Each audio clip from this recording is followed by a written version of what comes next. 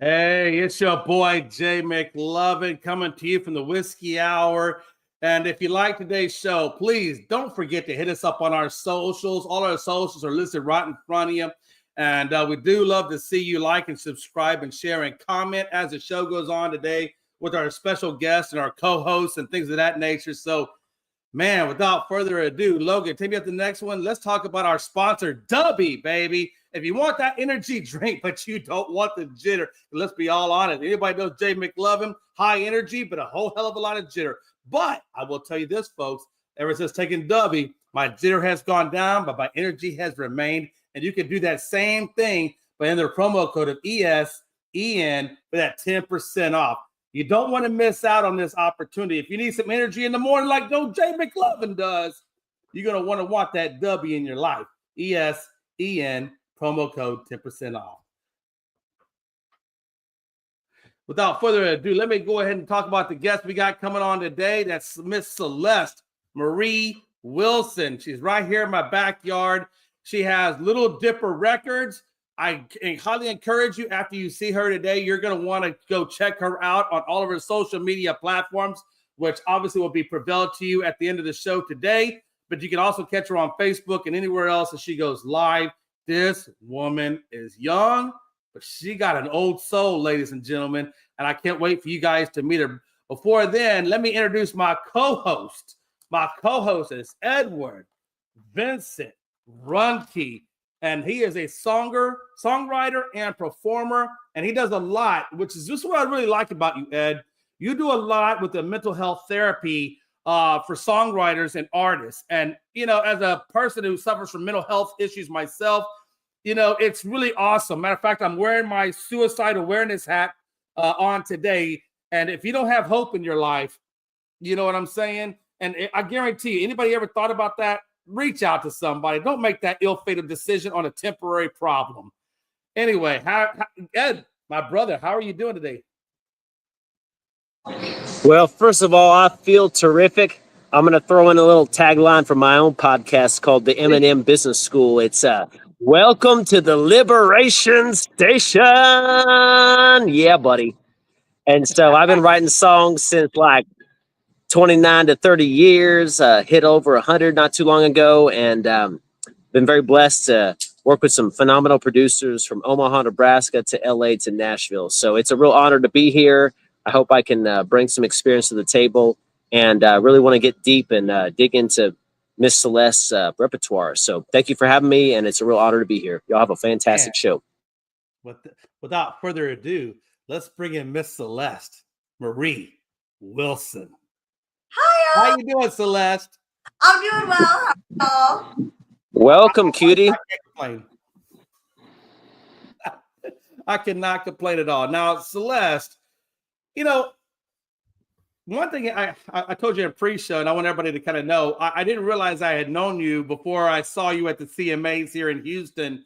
I saw you at the table at Madley, by the way. That's a shout-out, table at Madley. If I want, next time I come in for a drink, y'all better give me $5 off. No, I'm kidding. I'm totally teasing.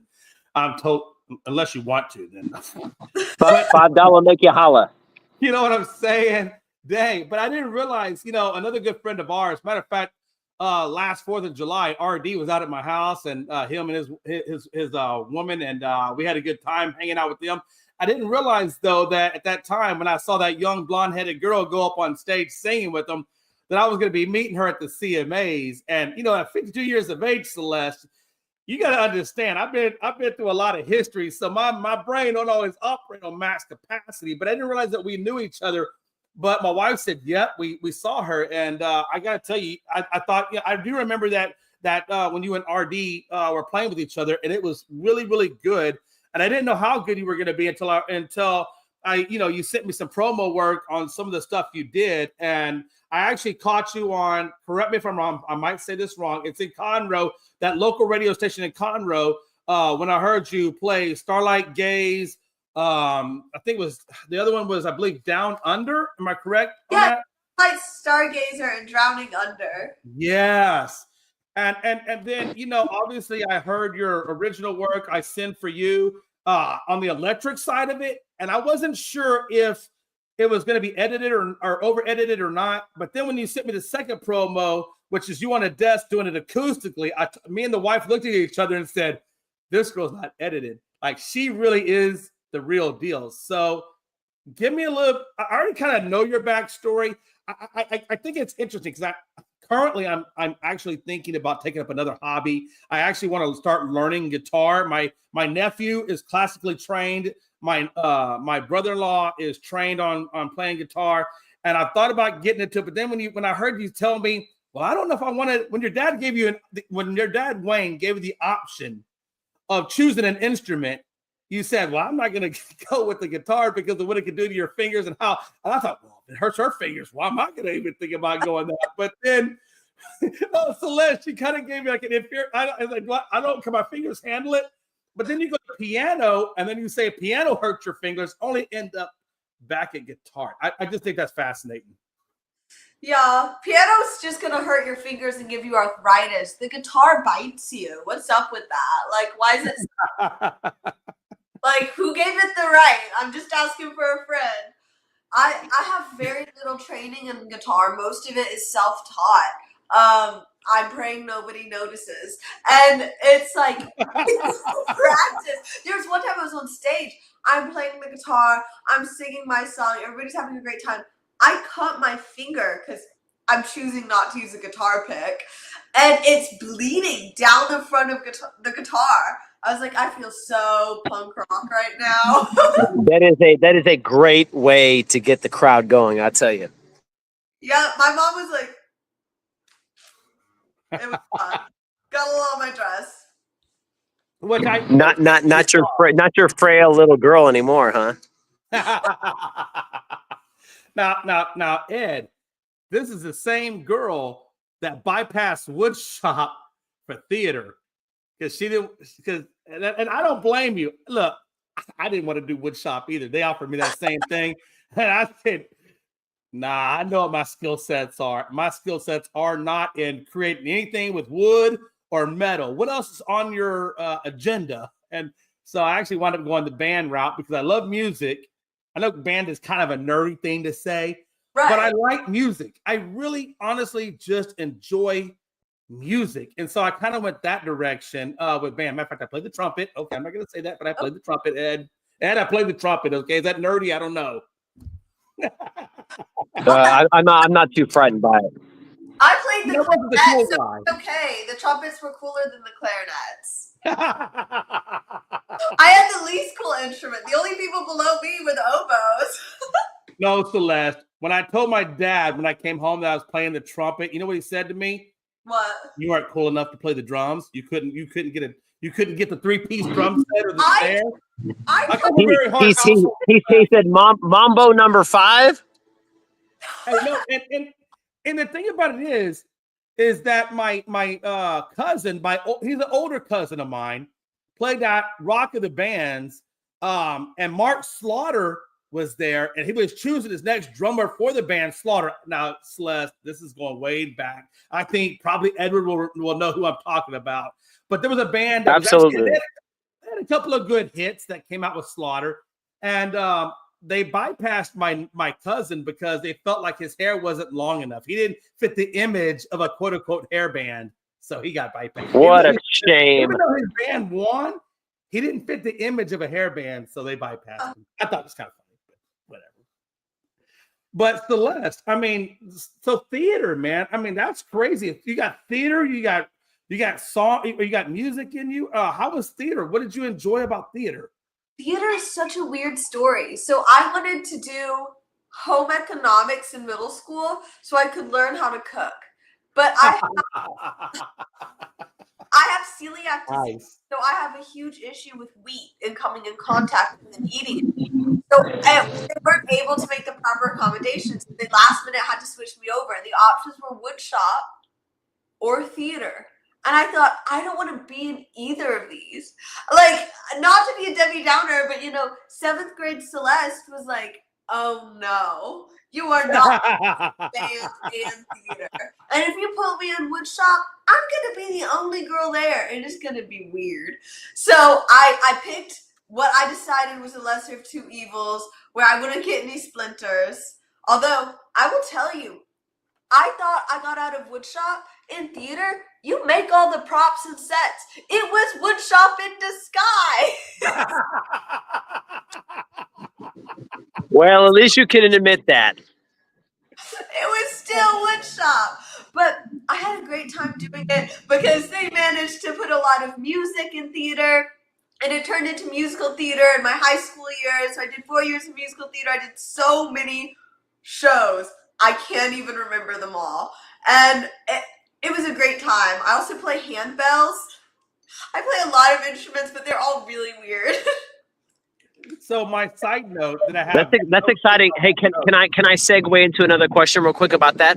Go ahead. Yeah, absolutely. See, the main thing I was curious about is how do you feel like musical theater and doing that has shaped your songwriting approach? I think it's made it more story-based. So instead of just focusing on a feeling, which is a great way to write, I love songs that focus on feelings. A lot of the times I try to find some sort of conclusion. Like, what is the issue? What is the conflict? What is the resolution? It doesn't have to be big. It can be itty bitty. Like, I don't know if y'all remember in English class where they would have like a one sentence story. Can you tell a full story in one sentence where it has a conflict and a resolution in one sentence? And that kind of thought in a song where it's like a full story in one packaged thing is very appealing to me. You know what's interesting? So, because you're an English Beautiful. major, correct? I was, yeah. Since we're talking literature, you majored, I think you went to school for English, correct? I went to school for 2 years. No, I only went to school for 1 year for English, and then I dropped out. Okay. Hey, sometimes our paths take us in different directions. I totally get that. I'm saying that you are an accomplished poet. I mean, you're a published poet, right? Can you tell us a little bit about your poetry? I write poetry literally all the time. I am like an obsessive writer. I wrote 200 songs last year. Like, I'm a little crazy. And I've written so many poems. Every time anybody upsets me, makes me happy, whatever, there's a poem about them. Basically everybody I've ever met. I just have reams and reams of them because I don't know, my feelings are so big, they just don't quite fit inside my body. So they gotta. So let me ask you, I want to talk about this songwriting. You got 200 songs written. That's a lot of songs. Celeste, that is a lot. That was just last year. Let's not skip that one over. That's just last year. She's been writing for almost a decade. I ran out of iCloud space. Did you know you could do that? I have so much stuff on my phone. I ran out of space. We had to call Apple, blah, blah, blah, because they thought we had unlimited storage. We took a bunch of my memos out, put them on a hard drive, so I had more room. It was. Yeah, I asked my wife if I could include my iCloud storage, and my wife said, no, thank you very much. You're going to deal with what you have. That's what it's like when you get married, Celeste. Don't get married for a while. You just stay single for a hot minute. You got your whole life to deal with somebody else telling you what you can and cannot do. You just stay single. But my question to you is 200 songs is a lot of songs. And I'm curious, kind of going back to what Edward was saying in pre-show, when he was kind of trying to find out, the substance of what you're writing about. You're 21 years old. You are 21 years old. You don't have a lot of life experience. I mean, nobody does at 21. At 21, that's when your life experience really kind of truly starts. I'm asking you, how do you write your songs? Do you write it on experiences? I know you did Starlight Stargazer off of your first love, which was your sister, by the way. I don't think I didn't catch that interview. Celeste, I caught all your interviews. So I know what Starlight Stargazer was, which, by the way, is a very, very beautiful thing. It's very beautiful the way that you said it. But I'm curious, that's one song out of 200. What were the other songs that you were drawing off? Like, what were you writing? Was it personal experiences? Was it just things that came to you? How were you getting the other 200 song material? Which I think, Edward, correct me if I'm wrong, I think that kind of goes back to what you were saying in terms of the deep substance matter. I think it was it's a bit of everything. So I have a lot of personal things. I think because I felt so deeply as a kid, I noticed things that other people didn't notice. Like when there were things going on with adults, even when I wasn't necessarily involved, I picked up on it. I was like, oh, that's the thing that's happening. Oh, that's the thing that's happening.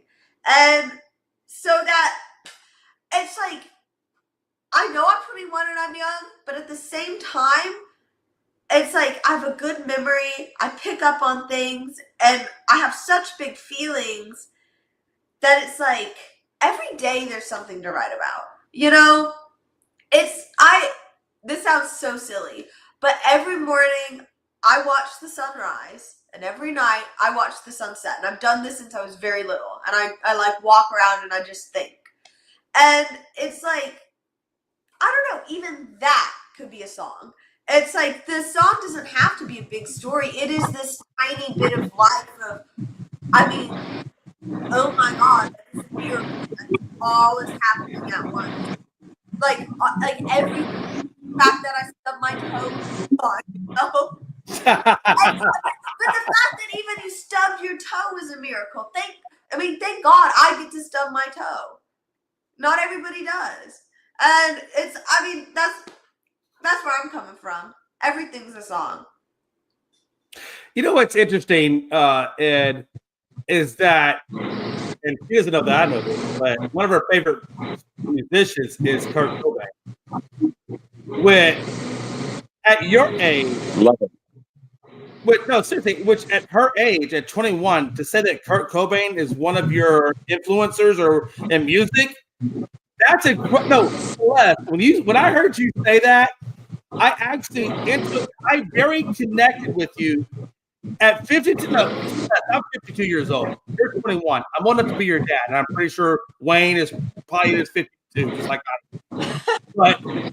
But it's interestingly enough that a 52-year-old person can connect with a 21-year-old person on something like that. Do you know how hard it is for a 52-year-old to connect with a 21-year-old? When I hear a 21-year-old mention that Kurt Cobain is one of her favorite ones, and back in my day, Kurt Cobain was one of my favorite ones, and I hear this, and I'm like, are you serious right now? Because at the very least of it, Kurt Cobain is 90s grunge, and you're Southern rock country. It's not like you just picked this out of thin air. And to hear a 21-year-old that's Southern rock country talk to me about Kurt Cobain, I like instantly connected with you on a level that I didn't think I could connect on somebody at that level of age. I grew up listening to Kurt Cobain. Nirvana was like on my iPod Touch as a little kid. I was jamming out to that and AC/DC, and I had a Led Zeppelin on there. That's called parents raising you right. My dad let me pick out what was on my iPod Touch. He was like, you pick it out. And I was very picky. There were some things I didn't like. I was like, I will tell you. I will tell you. One of the songs that I heard play on Conroe's radio station, is it Patriot? Celeste, you're going to have to correct me on this. I've never heard this radio station until I started looking you up. Is it Patriot Radio? Is that the name of it? Patriot Wire. Okay. So on there you played I think 6 or 7 songs. The 3 songs that I kind of picked out on that list was Drowning Under, Great Expectations, and Sunlight Stargazer. Those are the 3 songs that I just wrote down in my little journal of taking notes on you. And I thought that all 3 songs were really, really good and very well written. Great Expectations, I think, though, out of the 3 was probably one of my favorites. I like the Great Expectations so much, as I know what you wrote it on. Really, really hit me in a way that I felt was really authentic and just really, really amazing. Can you just tell us a little bit about that one song? That song, it's so odd. It was like almost like a Frankenstein song. I was sitting in the school library and I wrote the first paragraph kind of that as a poem. The our love is in Latin. I'll never learn to speak it, but I'll find it hidden in our French and in my French and in my English. A language we never spoke but heard in our silence. My innocence was stolen. Still trying to find it. And I wrote that because I had just gotten out of my first relationship, like my first real relationship. And it was like, I had this thought where there was this person before that boy who would have dated me as my first boyfriend, but we didn't. Part of it was because I was too shy to say anything. He was too shy to say anything, but he was just a very sweet person. And he wouldn't have done the things that the boy I did date did to me. And it was like, why? Do you know what I'm saying? It's like I had this great expectation of this person, this thing I could have had, and it's like mourning something that didn't even happen. And then like also being regretful over something that didn't need to happen. Yeah, that's interesting. That's interesting. No, it's interesting at your talk about these things at where you were in life. It's again, it's very old soul, and to the point of I wrote down some, and I say old soul, and I say where you're coming from and what you're saying. You listed a couple of bands, or you actually 4 or 5 bands, I think it was, on that show that you gravitated towards or you felt were influential. One, I think, was AC/DC, which, by the way, when I hooked, when we did our little thing at CMA, I was wearing my AC/DC shirt, so I was like, yes, I picked the right shirt. and the second one was Queen. Yes. And by the way, where I'm going with this question is going to make. I've got another follow-on question in a second, so listen to this really carefully. AC/DC, Queen, Led Zeppelin. I mean, seriously, I don't know if you're picking out the greatest bands of all time or if you watch School of Rock with Jack Black, but you're picking out some really good stuff right now. But then you went totally left on me, and you went Swiftie. Yeah. And I get it. Trust me. I don't look, that woman don't got $1 billion for nothing. Okay. She don't have $1 billion. By the way, Jason Kelsey, be thankful you're with her because that girl got $1 billion. I'm just saying. But it's interestingly enough, you list 3 very, very good rock bands, and then you go completely left with Swiftie. Now, listen, here's my thing on Swiftie. I don't know if you remember back in the day, but when Swiftie got her first nomination, Yee, as we call him now, got up on stage. When I say Yee, I'm talking about Kanye West. Got up and did what Kanye West did. Was, by the way, if anybody's out there a Kanye West fan, total classless, the way he did that, by the way. But I want to go back to Taylor Swift. I like Taylor. Don't get me wrong. Look, I'm old school country. Okay. Is Aaron Lewis anywhere even closely relatable to you as an artist? What I'm saying, the reason why I think I put her with them is because here's what they have in common.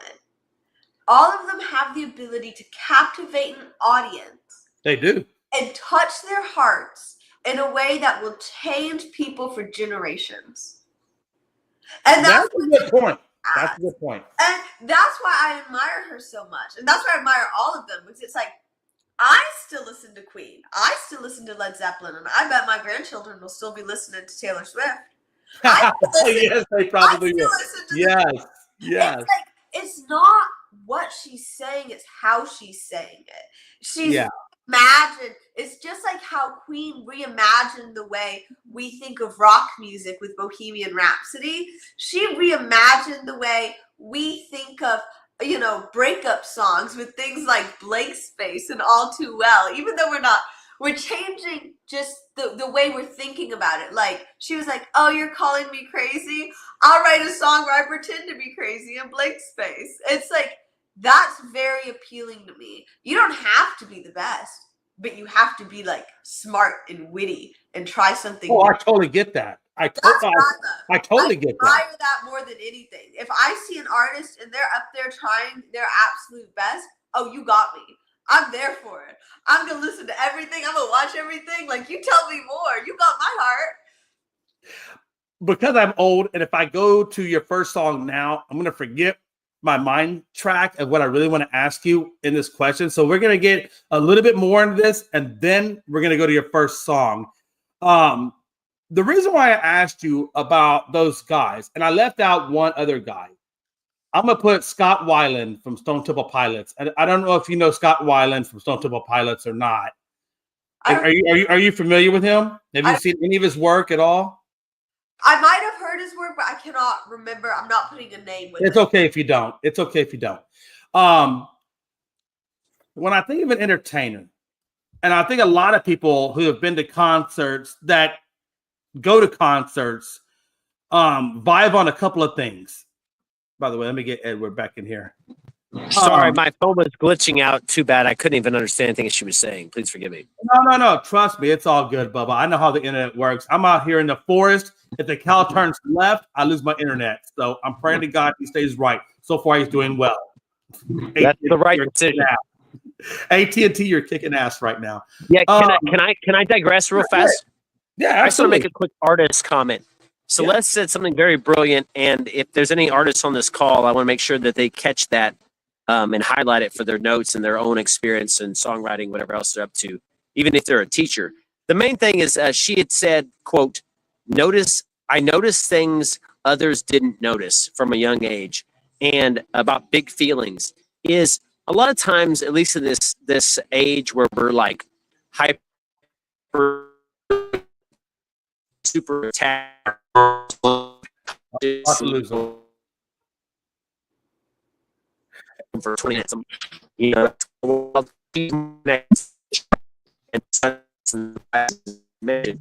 took it to Dallas, and I'm going to drop this these players for me, which is an Asian country. Hold on, Edward, your connection's killing it right now. We probably got every other word.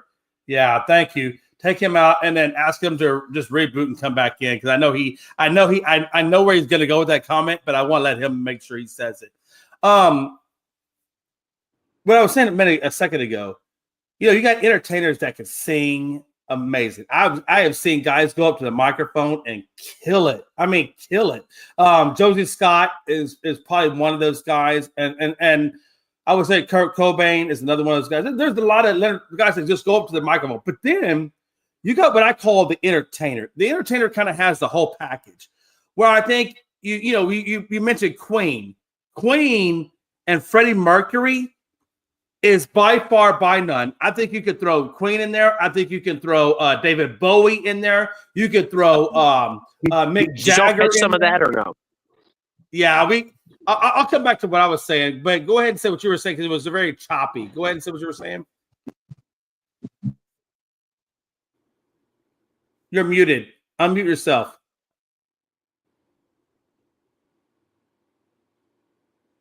Hey, you're muted. Unmute yourself. My bass player said to me in the car to Dallas from Austin, he said, Ed, you notice like 90% more things than I do. And this is a contractor that was building homes. You know, he was the investor and the chief project manager. So long story short is I was like, that's something to contemplate and something to actually pick up on. And he mutes himself again. Edward, you're killing me today, man. Work your stuff. Can you hear me? Yeah, I got you, but then you muted. I don't know. I just reset the phone so you can hear me. Yeah, go ahead. Is the bass player said, Ed, you notice like 90% more things than I do.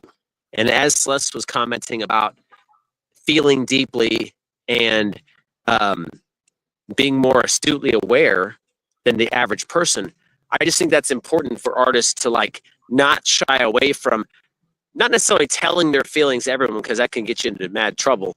But it's more that you can turn any innocuous or mundane situation into a song. You need to embrace that God or higher power or spirit has given you the gift of being able to articulate and notice and feel things that other people want to say or want to communicate, but feel like they can't. How do you feel about that, Shanice? Or sorry, Celeste? I feel like that's fair. Although I will admit, I do say everything I think. So If I didn't, I wouldn't have 200 songs. I literally write down every single thing I think, even if it should be an inside thought.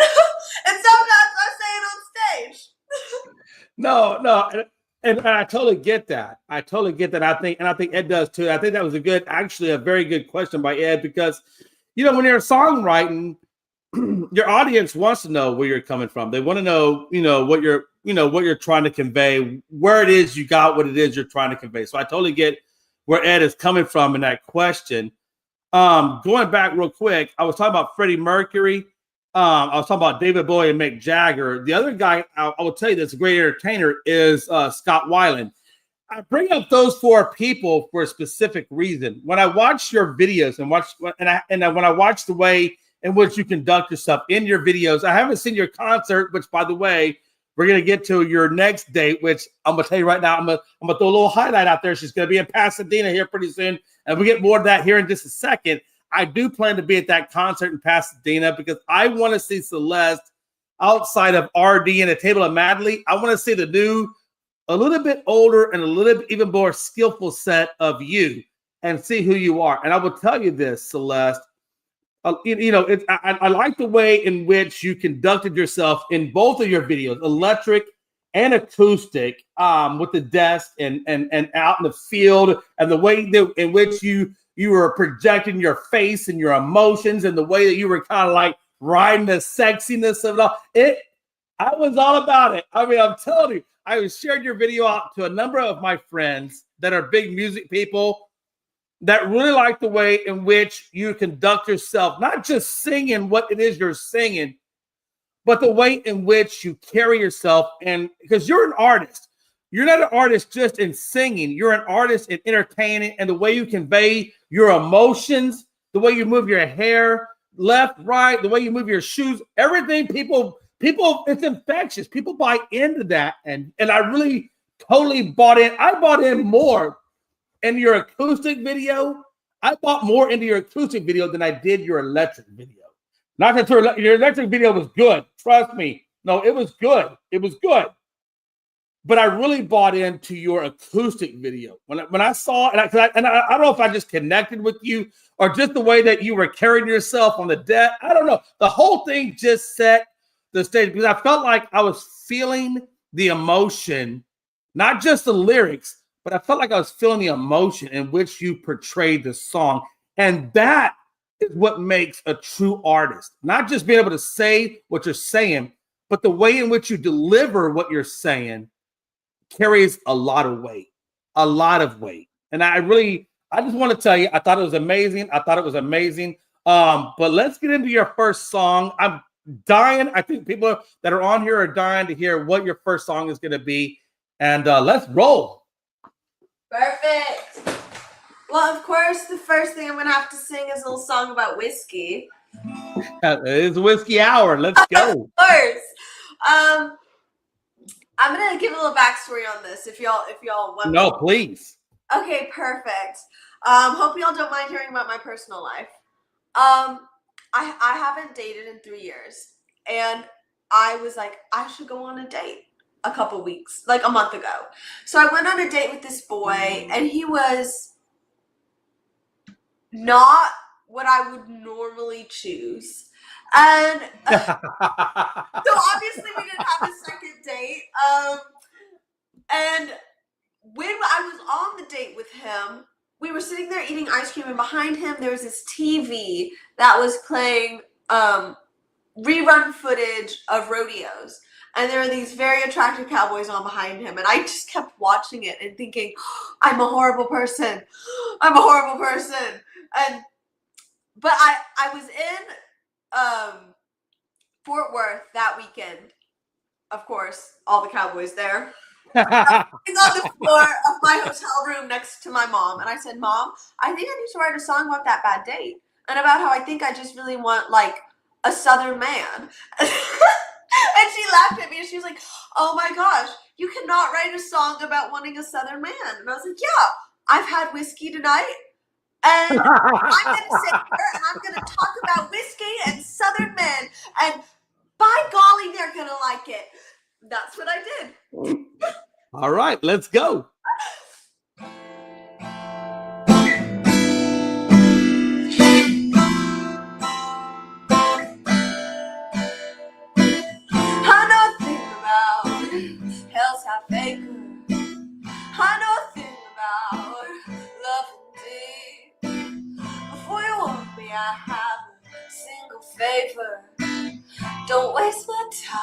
just listen to me. I take my men like I take my whiskey. Southern Indies, I need my love to make me feel frisky, flustered and sweet. I wanna know that when I call, you'll appear no questions at all. Rugged sweetheart, be a man, kiss me gently, play my tab, and then I take my pen like I take my whiskey. Southern Indies, I need my love to make me feel frisky, flustered and sweet. Run my hands through your hair, put your hat on my head, and if you're lucky tonight, I might take you too. I take my man like I take my whiskey. Southern Indies, I need my love to make me feel frisky, flustered and sweet.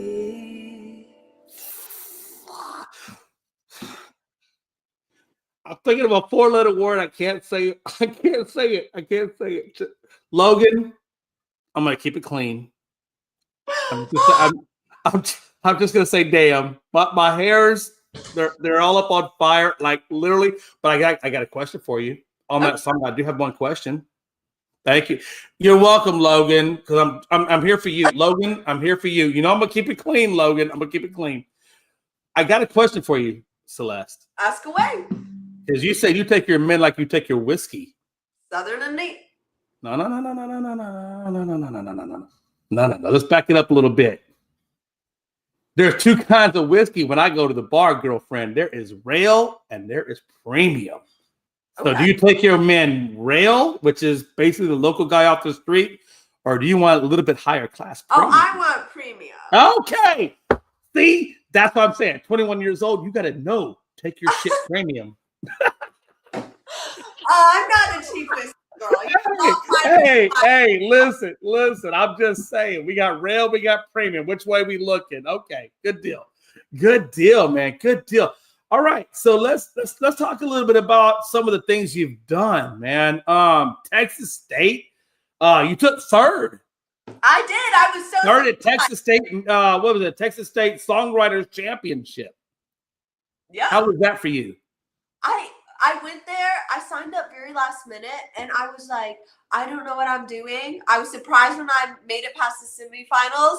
And then at the end of the night, we were standing there, and they were calling all these names, and my name still hadn't been called. I was like, I'm not. And then they called my name. I was like, oh, it's me. I was expecting nothing. I was like, oh my gosh, thanks, y'all. Nice. Look, there's no better feeling. I don't care first, second, or third, man. When you get up on that stage and they're recognizing you, and how many people were in this altogether? Out of over 100, I know. So three out of 100. What you mean? You beat 97 other people? That's awesome. And, yeah. No, seriously, that is really, really amazing. Your sister. Let's go and talk about your sister for a minute.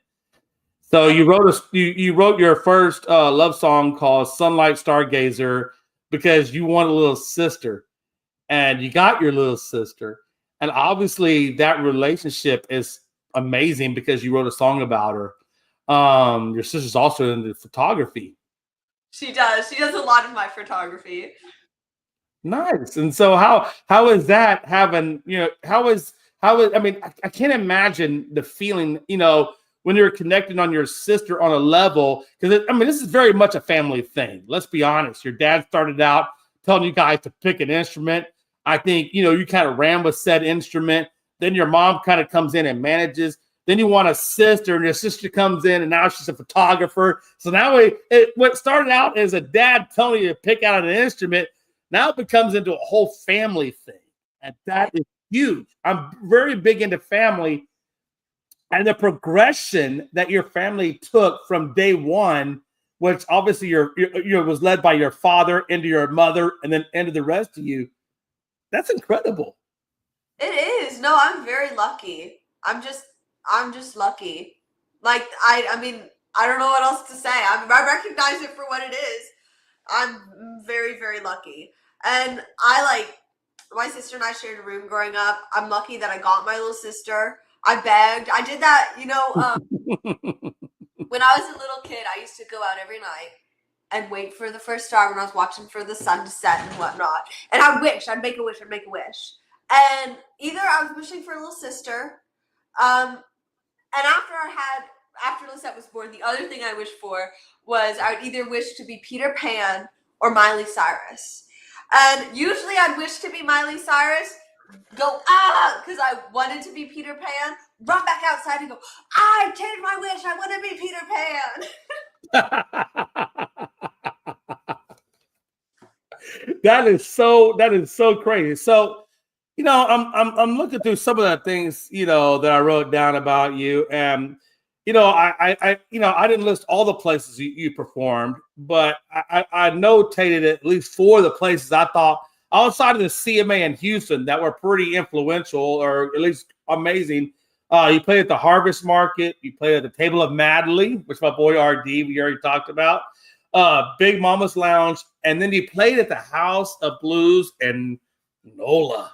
I did. I played there twice. Correct me if I'm wrong. And I'm going to ask you because I also know that the group that I kind of came up with when I came out of the military in 2018, I stayed in Savannah, Georgia for a hot minute while the youngest one was working her way through school before we came back to my roots. My roots are in North Shore. My roots are on the southeast side of Houston. That's where I came from. North Shore, Glen Park, Channelview, all that stuff. But yeah, so that's kind of, I had a whole question lined up, and I done dropped my whole mindset. I guess where I'm coming from is you played in a lot of really. Oh, now back on track, Jay. Celeste, you're at 21. Your mind is a sponge. At 52, you're lucky if you can remember tomorrow. You played a House of Blues. That's where I was going with that. I grew up with Delta Circle before Delta Circle was even Delta Circle. When I grew up with them, it was a whole completely different band. The only 2 originals I remember was Ernest and Nick, and Ernest and Nick. I love them. And these are the guys that I grew up with. I say grew up with in terms of my time in Georgia. I grew up with these guys in Georgia. I mean, we had numerous get-togethers. Matter of fact, on one of my anniversaries in Savannah, I paid Nick $100 to go into a barn and hang out there, and I was going to show up. And when I showed up, Celeste, it was raining. It was raining cats and dogs. I mean, it was the most perfect relationship, romance thing you could ever think of. It was exactly that. And Ernest and Nick, I love you guys. And Nick, I know you know what I'm talking about. And when you see this, you're going to be like, hey, Jay, I love you too. But I rode up into this barn with my wife, with my wife, and he played our wedding song, which was "Tangled Up in You" by Aaron Lewis, and I can't tell you how freaking amazing that was. But anyway, as I regress, did you guys, when you played the House of Blues in NOLA, were you there playing at the same time Delta Circle was there? Were y'all all kind of there at the same time, or were y'all different times? They were there watching me. Okay. And I watched them. Nice.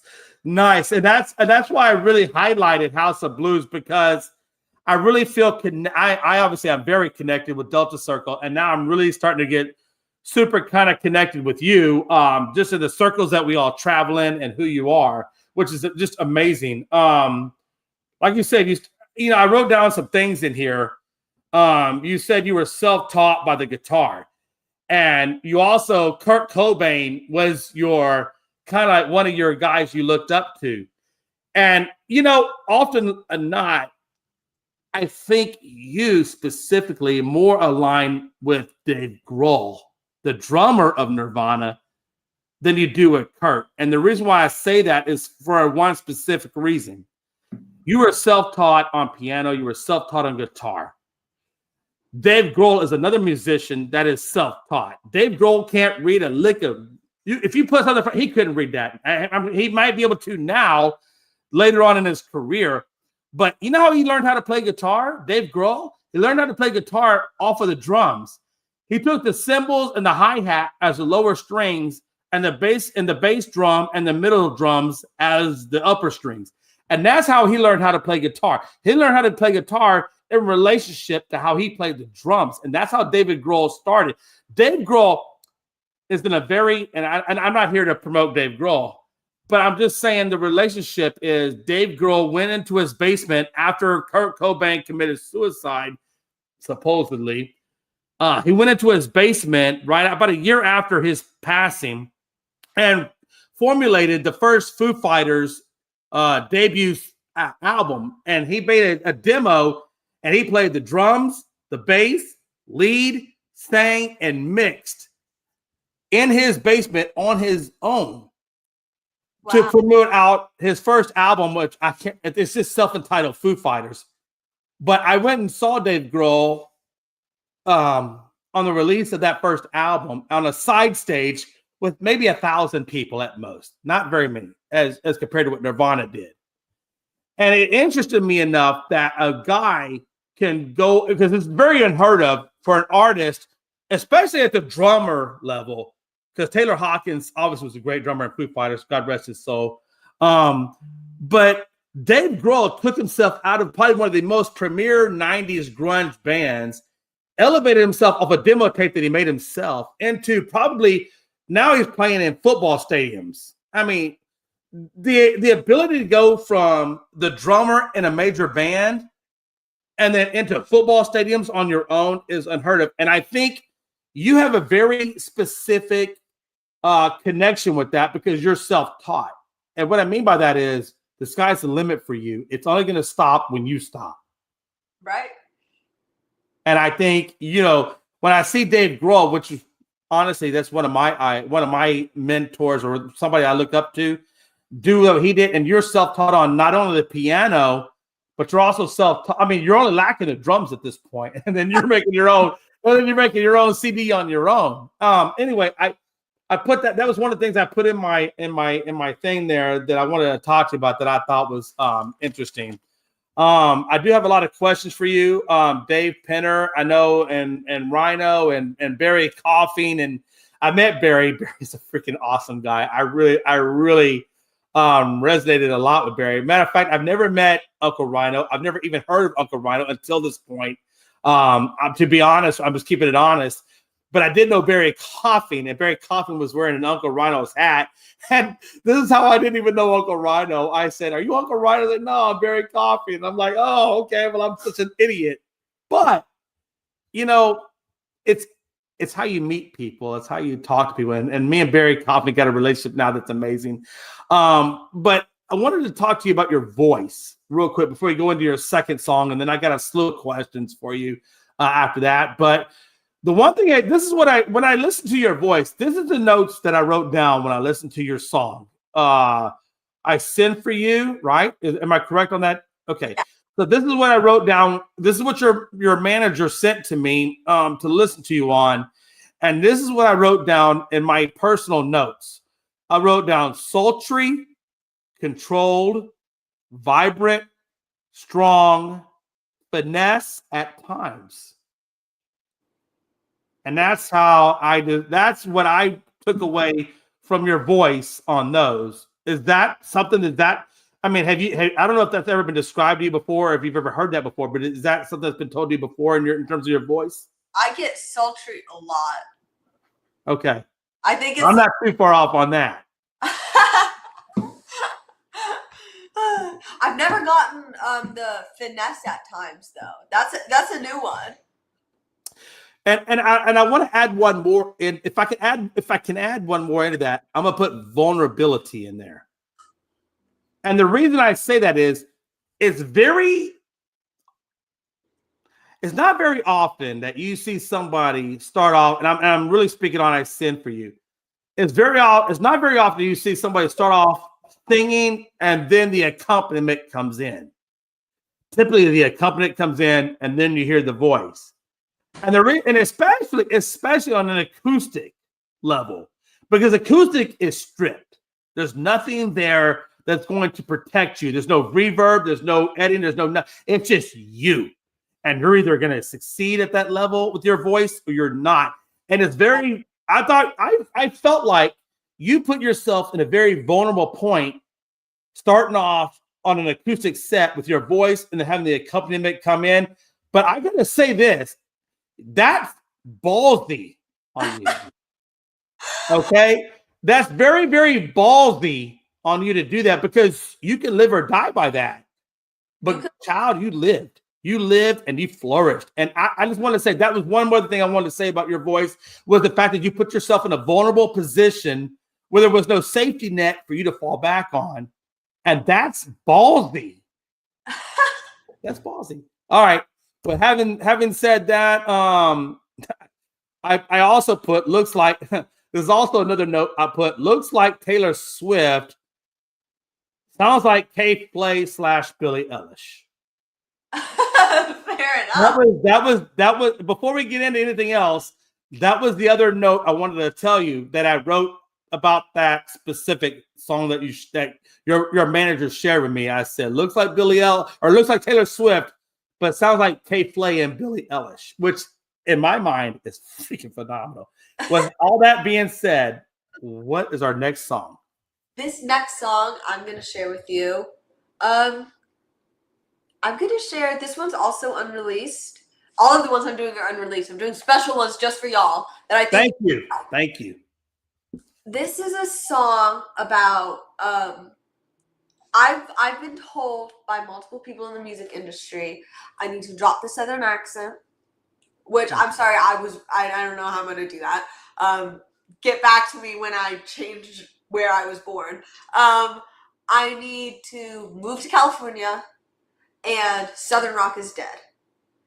And I've been told it again and again and again and again. And it is a hard thing to hear. You know, someone who grew up, I mean, it's like, they're like, you can't be Southern, you can't be this, you can't be that. And I'm like, I grew up the daughter of an oil man. You know, that's who my dad is. My best memories was him coming home with pralines in his pockets, you know, and as a little snack from getting home in his suit and his tie and going out to the horse barn and riding horses and picking the wildflowers out there. What do you mean that experience is worth nothing? And I wrote a song kind of feeling like it's like, I want this so bad. I care about my home. I care about this place. I care about the music that comes from here. Get up and care too, or it's gonna go away. And you know, and it's like, and that's not me trying to pressure him or anything, but I'm like, really? I mean, this is your home. Get up and say something. Absolutely. And by the way, solid rock and that draw ain't dead, girlfriend. You be you, because I really am, and I think a lot of people that I've shared your music with are drawn to that. So don't let nobody ever discourage you being you authentically. And I'm going to say that authentically. If that's who you are authentically, be you, girl, because it's enough. It's more than enough. And let's roll. And is it okay? I have a little poem prologue beforehand. Please. Okay. I was born between the stars, in the moonlight of my mother's eyes, beside the Rio Grande, far below the northern lights. I was raised where the June bugs pitch, and hurricanes hit the bay. Oilmen in automobiles, Susans in the stage. I've danced beneath an oak tree, I lie beneath one too. Watched winter from old movies, is snow really true? I've run up Little Lake, driven down Demon Road, written of our fables, found business with the fae. And if I am uprooted, I will miss my pecan trees, I will miss my sunrises, I will miss what could be, I will miss my bright nights, my city in the sky, I will miss my sparrow sing, I will miss my ravens cry. I wish I had a colder heart, I wish I didn't care, but I'm still in the wildflowers with sunlight in my hair. It's easier to hate It's easier to run. It's easier to use my words as a gun. But I love my solemn home, even if it don't love me back. And I'll try to find in every city I found strength from my dad. And if I am uprooted, I will miss my pecan trees. I will miss my sunrises. I will miss what could be. I will miss my brown nights, my city in the sky. I will miss my sparrows sing. I will miss my ravens cry. Damn. I've got a one-way ticket to Wall Street with stocks on decline. I watched an ego chasing, self-effacing dreamer slowly die. I've got a job down at the circus where misery's alright. My painted red, I feel the dread, but there used to be a time where there were rhythms, there were blues. Music never sings, hungry people do. There were bar fights, there was fame. And the biggest problem was getting back home to the grave. I've got a half-finished degree with English on the side. I heard choruses of angels beg me not to try. Black and bruised, I beg to choose, bring my dead to life. Broken shoes and harbor news, but there used to be a time where there were rhythms, there were blues. Music never sings, hungry people do. There were bar fights, there was fame. And the biggest problem was getting back home to the grave. I have armies of allies who bet on my downfall. Tasted bittersweet memories like they were alcohol. The music died, you missed the ride. I'm crawling to the wall. Crickets chirped, what's it worth? I can hear the call. Take me back. Take me back. Take me back. Just give me one chance, take me back. Take me back. Take me back. Just give me one chance, I have rhythms, I have blues. Music never sings, but I always do. There are bar fights, there is fame, and the biggest problem is getting back home to.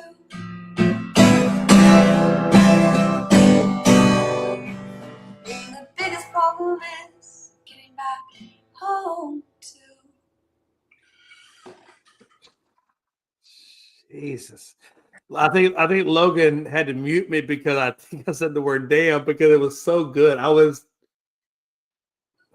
Listen, I'll be honest with you. I'm a fan of music more so before I am a podcaster or anything else. And when I hear something that touches me, it just evokes an emotion out of me that's unbelievable. And you evoked an emotion out of me that's stupid right now. And I'm so thankful that you're on this show right now because I truly am. I feel like, and anybody that's listening to this podcast, you know, we're being blessed right now. We're being blessed with an amazing voice and amazing lyrics. And it's just phenomenal. It's fucking phenomenal. Anyway, okay, I apologize. I'm again about feelings right now.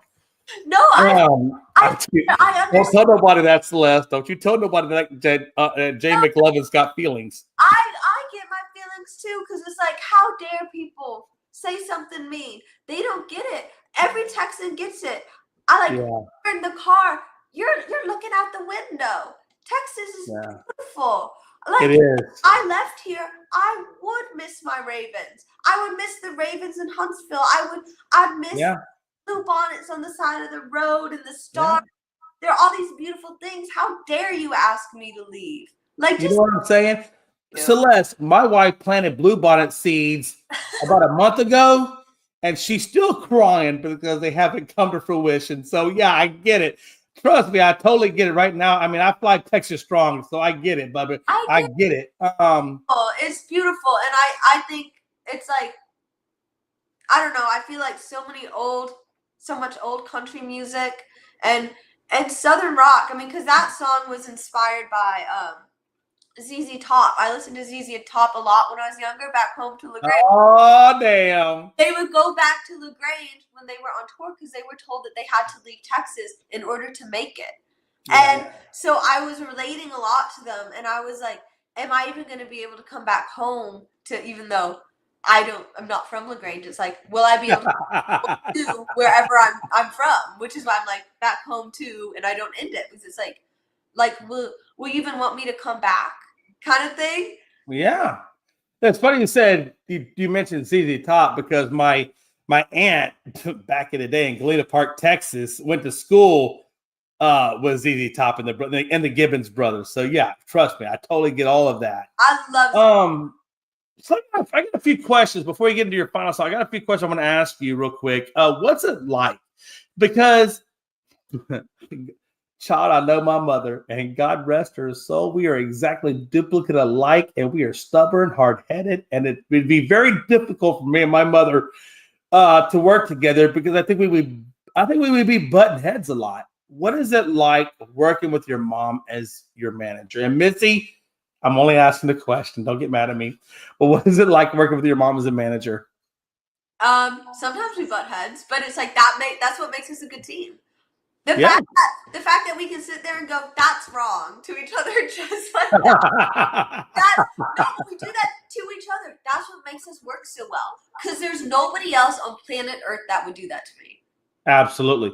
Because you need somebody who's going to give you the truth and not just what you want to hear. Just the truth. I need someone who can walk in while I'm playing piano, look me up and down and go, that's a bad song. Yeah. And I'll be honest with you. I had that sort of thing too. If the song is bad, I'm going to tell you it's bad. And if it's good, I'm going to tell you it's good. So yeah, I totally get it. And the fact that you and your mom can do that is amazing. Because I don't want to here's my thing. Art for yourself is great. That's amazing. But when we put it out into the world, it's not ours anymore. It's kind of like a child. It takes on a life of its own.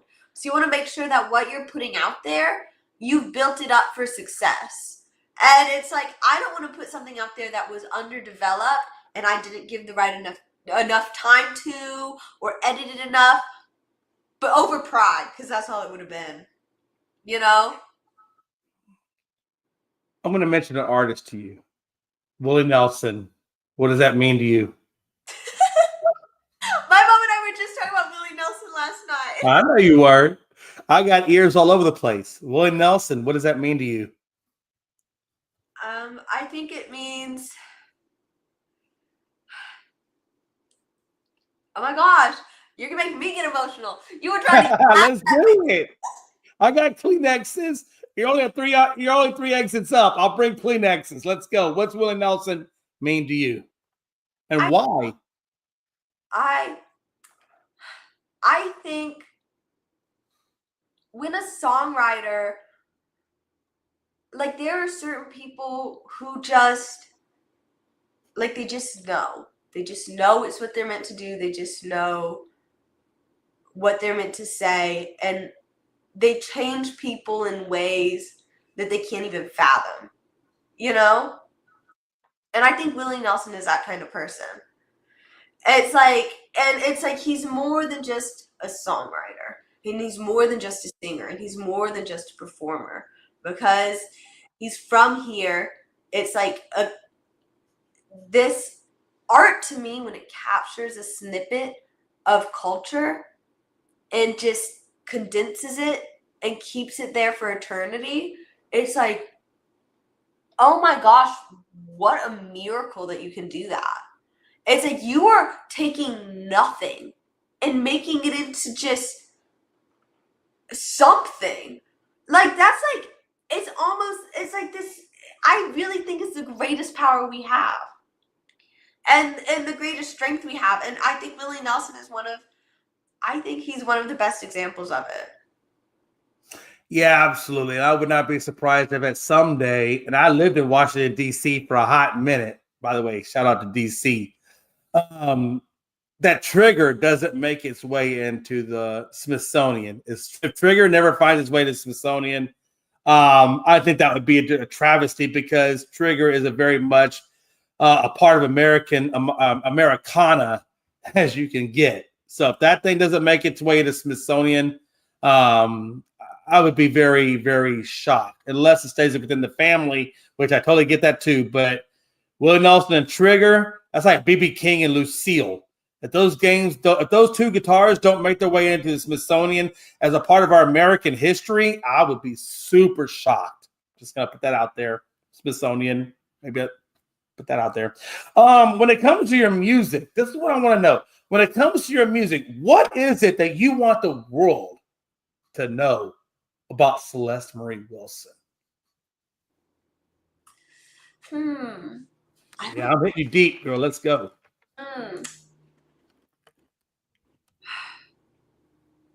I think I want them to know that I'm terrified all the time.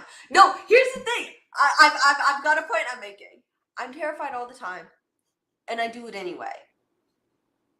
And I wake up and I go to the studio and I'm scared about what people think, and I do it anyway.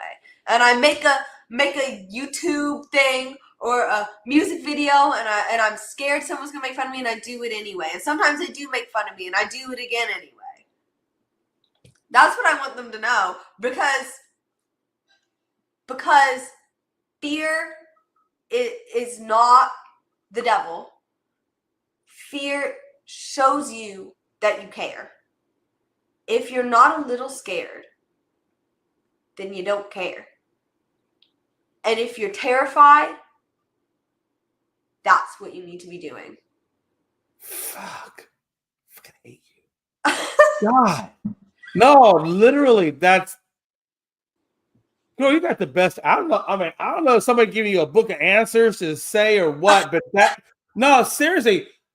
And I look, I talked about your vulnerability and your voice earlier, and the way you put yourself out there in your song I Sent For You. And the fact that you're being this so vulnerable to tell me about being terrified about this. Girl, I was terrified even to talk to you on this show today. Girl, listen, you don't even know it, but I got 7 pages of notes highlighted to direct me in which way I want this interview to go, because I was so scared I was gonna forget. Hey. So we're relating right now. You and me, we're relating a little bit. So I totally get it. I literally was so terrified because I wanted this interview to go so well, because I wanted you to be put in the best possible light, that it terrified me about that. And the fact that you said that about what you do with YouTube, it's weird. It's just I don't know. It's the craziest damn thing I've ever seen in my life. Tell us about your new band. You got a band coming out. I'm putting a band together. So let's hear about it. Tell us a little bit about them. It's gonna be, so I've got a guitarist, and I'm still working everything out because it's really hard to put a band together, guys. Newsflash, it's actually really hard. But so far I'm doing pretty well. It just is like a lot of auditioning and then trying again, because I want to try to start kind of touring around. And it's like my strongest aspect is my live performances. When I can get people in a room with me, we're gonna have a party. We're gonna be having fun. And so when I can get that live aspect, I think at least I have a good time. Usually the audience is having a good time. And so I'm like trying to get a band together so we can do some of these bigger venues, because I can book acoustic things. I play guitar and piano, so it's like just between, make it look interesting and stuff. And there's a lot you can do with that, don't get me wrong, but I'm like, there is a certain level that I think will change, where it's like my hands are off an instrument and all my attention is on y'all. You know, it's like I'm not even thinking about where my hands are going on the keyboard. I'm just thinking about you. And you and I are best friends. Because I care a lot about the audience. And it's like I feel kind of what they're feeling, if that makes sense. Like when I'm there with them, there's a certain amount of like push and pull. Like you can see the looks on their faces and how they're feeling, and this like, and like you see a bit of yourself in them. And those moments, it's like, that's why you do it. And so that's why I'm so excited to have a band, because it's like there was one show like a year ago, and I was just playing the tracks. I didn't even have my acoustic stuff, and there was this little girl dancing in the front row. It was Live on the Lawn over by like Tommy Bahama. She's like dancing, like breaking a move, you know, having a great time, screeching. Like she is like, you know, Freddie Mercury has come back to life, and he is also screeching, you know, and I was like, but that moment where we could connect and I could like have her come up on stage and dance with me, I was like, oh, I just can't do this with the guitar in my hand.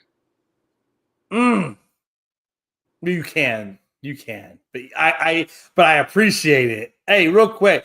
So I understand real quick. See, because I want to get to your third song here in a second, but you're doing a benefit, which this is one of the things I love, you know, because them boys are out there fighting some stuff right now. You know, you're doing a benefit concert and I hope I said his name correctly. Petrolia? Did I get it right? Petrolia, Texas? Spring Festival. Yes. Tomorrow at 9 a.m. to 6 p.m. Yeah, up in the upper panhandle of Texas. You're going to be doing a benefit concert out there for the firefighters, correct? Yes. I got to tell you, man, listen, girl, that's amazing, because I know these guys, they're going to need some kind of uplifting spirit out there doing what they're doing. By the way, anybody that's out there as a first responder, I look at you like I look at my brothers in combat in the 101st Combat. That's right, baby. That's what we were. I look at you guys the same way, man. Look, without first responders, we don't have much. And whenever our lives are on the line, we want first responders out there. And I got to tell you, Celeste, man, I appreciate you, man. I appreciate you going out there doing this benefit concert to help those guys out, because at the end of the day, man, that's what we need is our first responders. I appreciate you, Celeste. We do. We need them. We need them.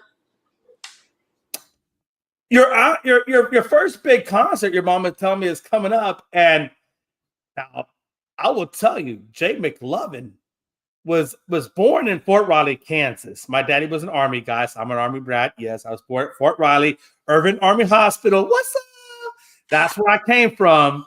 Okay, but my daddy, after Vietnam, came back down to his roots, and my daddy's roots were in North Shore.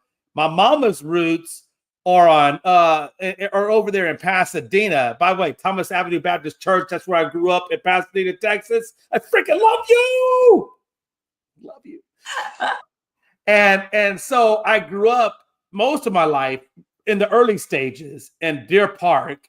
And then eventually we moved over to North Shore, which is the other side of Washburn Tunnel, which anybody knows that side of town. Washburn Tunnel is the one that connects North Shore to Pasadena. And I understand you're going to be doing the Pasadena Festival, correct? I am. I'm going to be at the Audio Impact Music Festival May 10th in Pasadena, Texas. And I'm writing that down because I guarantee I'm going to be there for that one. I will not let that go by the wayside, because you're over. Number one, you're on my side of the world. And number two, I definitely want to hear you live. I want to hear you as much as I can, because it's just so infectious. You're infectious, Celeste. I got to be honest with you. I've been told that Jason McLovin is infectious, but you are so infectious that I want to see more of your music. And you're on my side of the town, girl.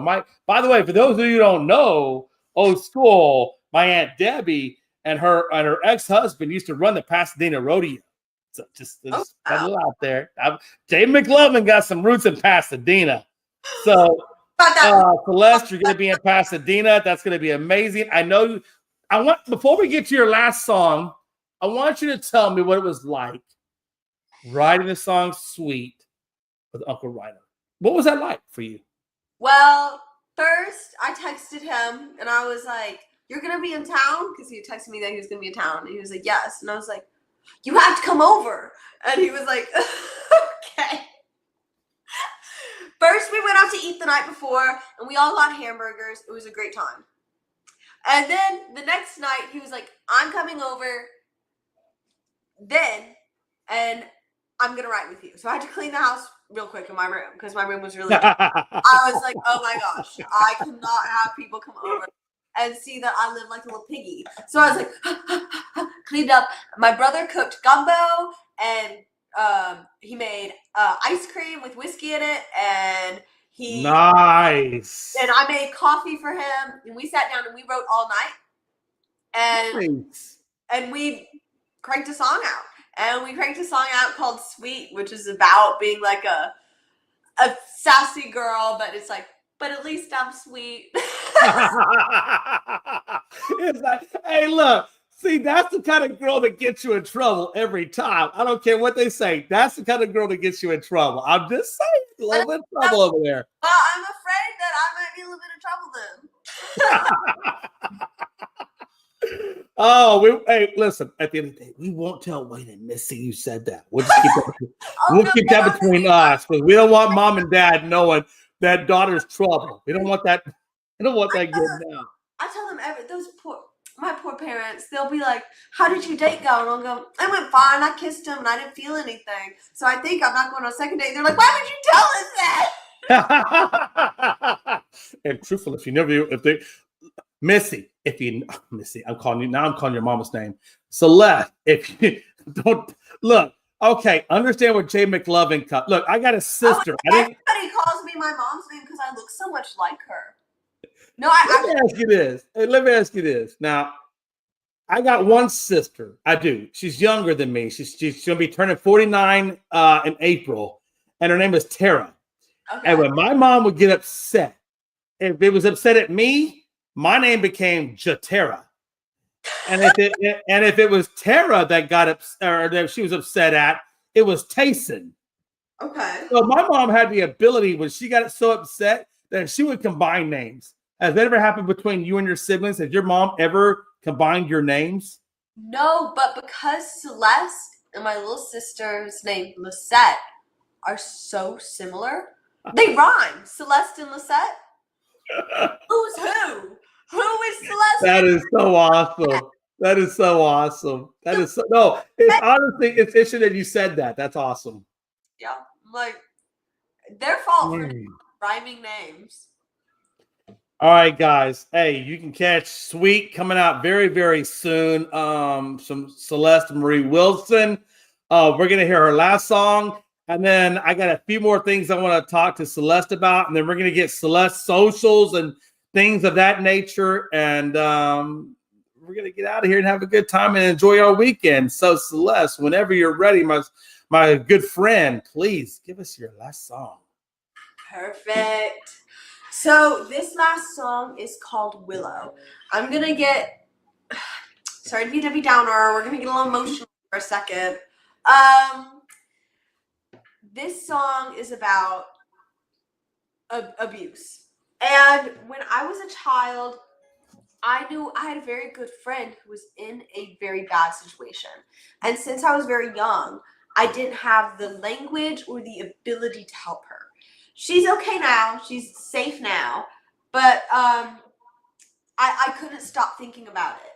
And so I wrote it down.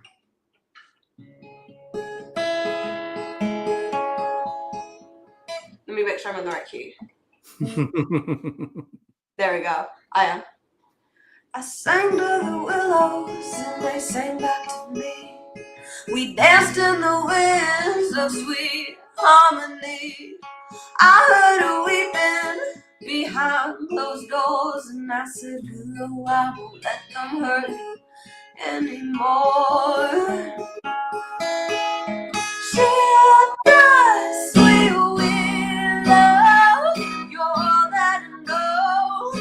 Don't let me go. She'll die, sweet willow. You're all that I know. Don't let me go. I saw the horizon to block out the sun. Sunlight feels barren, moonlight's more fun. We ran to the backyard, we jumped from the stars. Willow, run away with me, we'll make it far. She'll die, sweet willow. You're all that I know. Don't let me go. She'll die.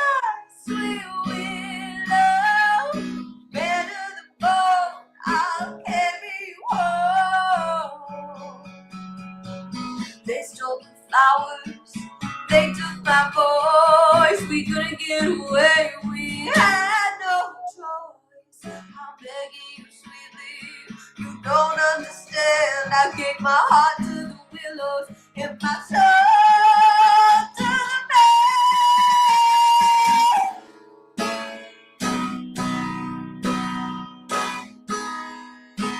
Give my soul to the man. Give my soul to the man. Just sweet willow, you're all that I know. Don't let me go. Just sweet willow, better the boat, I'll carry you home. Just sweet willow, cover our sins. You're not where you've been. Just sweet willow, you'll never know. I'll get you back home. Better the boat, I'll carry you home. I saw the horizon to block out the sun.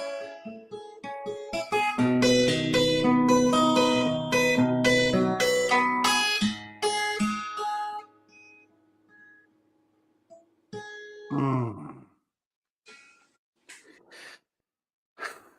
Man, damn, that's so good. I know that. Seriously, that there's very, and I always say, my most favorite music is acoustic because I feel like through acoustic, stripped down of everything that is known to man, you find out who the artist is, what they're trying to convey, and you can honestly feel everything that they're saying. And everything you just said in every song that you played, and the 3 songs that you played here today, I have really been just like, I don't even know how to put it into words. I've been really emotionally affected by what you put down today, man. And I can't tell you how much I appreciate you as a person, how much I appreciate your music, your feelings, and what you've done. It's just mine. I'm blown back. Honestly, I'm really blown back as a fan. Sorry, put that down. I'm so glad you liked it. I always feel like that one. I'm always like, oh, I hope I don't rub anyone the wrong way when I play this one. No.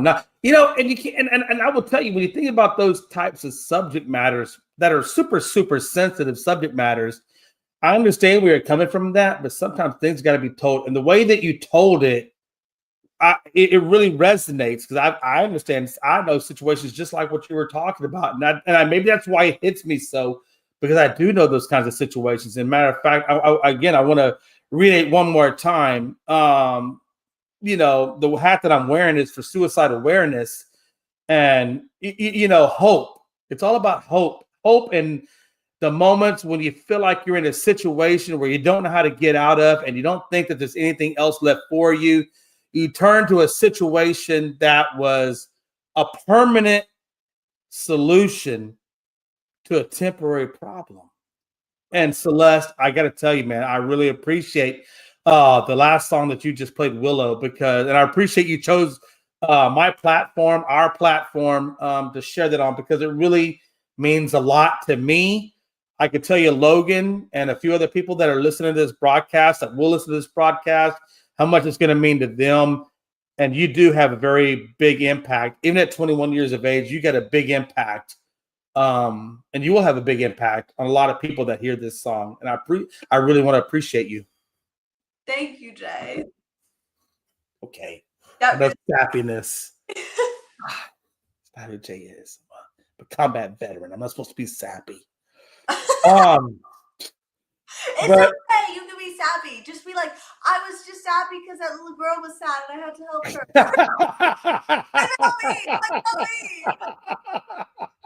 her. Hey, no, seriously. Celeste, one more time. Pasadena Festival, May 10th, correct? May 10th.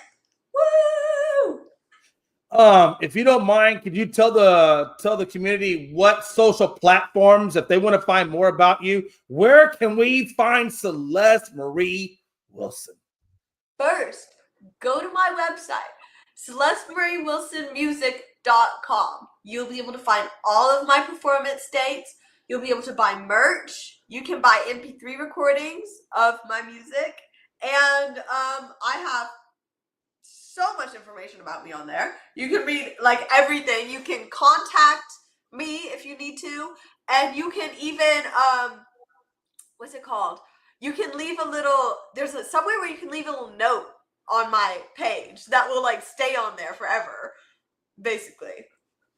A scrapbook. It was like a thing in the 90s.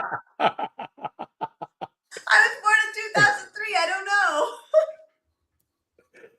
Hey, I wanted to shout out to my producer, Logan Landers. Hey, thank you for throwing that up, brother, man. I didn't even put that in the thing. The fact that you knew to do that, that's why you're the best, baby. I fucking love you. Pardon my French. Pardon my French, but I love you. Thank you for doing that. So Celeste, absolutely, man. I know, again, before we get out of here, we got you at Pasadena. We got you at up at the Panhandle for the firefighters. I got to tell you before we get out of here, I want your commitment. As soon as my studio next year, because when the wife told me I get the budget to do it next year. Celeste, you're gonna find out when you get married and you get your first family, you're gonna have a budget. So my budget is next year. My husband's gonna love me. You know what I'm saying? So I'm just trying to tell you, hey, my budget for my new studio is at least by December of next year. I want you to be my first in-studio guest. And we're gonna blow the rooftop. I promise you. Yeah, I will feed you. I'll give you a little bit of liquor if you're a drinker, and I will make sure you have an Uber on the way home. Everything is all good. I'll be there. I'll do it. My husband's buying me a pony. So hey, on that note, it's your boy Jay McLovin coming to you from the Whiskey Hour. If you enjoyed this comment, if you enjoyed the incredible content that was given to you today, give us a like, share, and subscribe on our YouTube page. And go look up Celeste Marie Wilson on all of our platforms. I promise you, you won't be denied. Catch her show if you can. You're not going to be disappointed. It's your boy, Jay McLovin.